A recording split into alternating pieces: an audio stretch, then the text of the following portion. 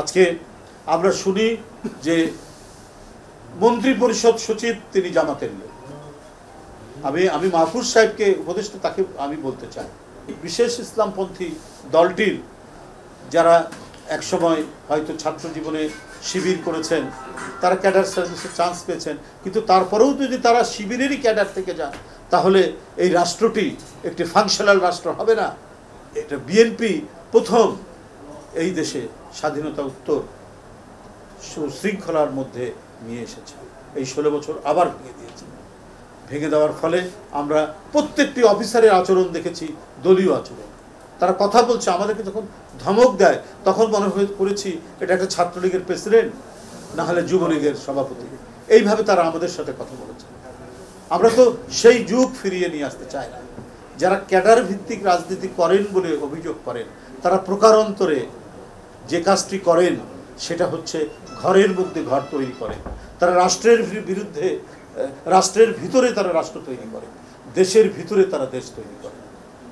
তাদের নানা কর্মকাণ্ডের মধ্যে হাসপাতাল বানান, ব্যবসা বাণিজ্য প্রতিষ্ঠান গড়ে তোলেন, ব্যাংক বানান, এই কাজগুলো তারা তৈরি করেন। এটা তো হচ্ছে সামগ্রিকভাবে রাষ্ট্রের দায়িত্ব।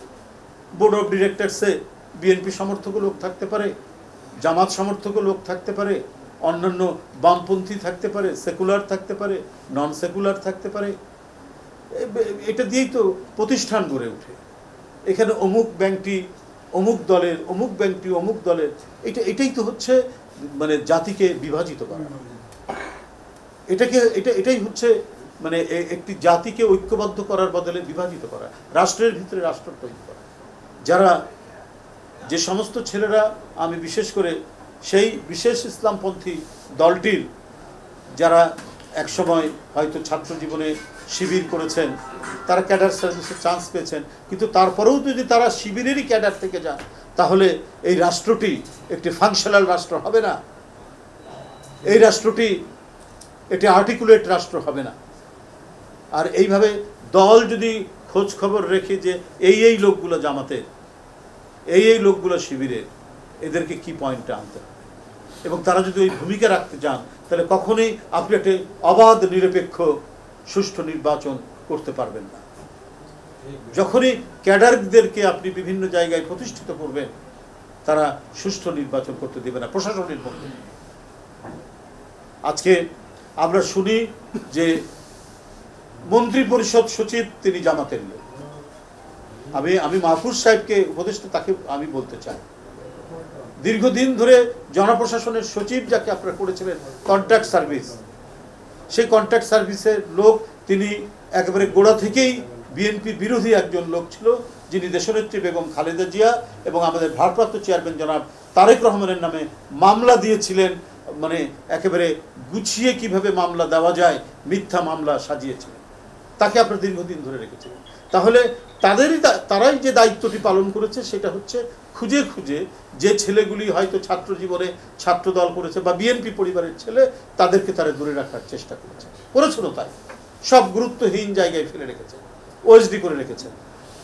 ডক্টর ইউনূস সাহেব ক্ষমতায় আসার পর বা 5 তারিখে পতনের পরে আপনার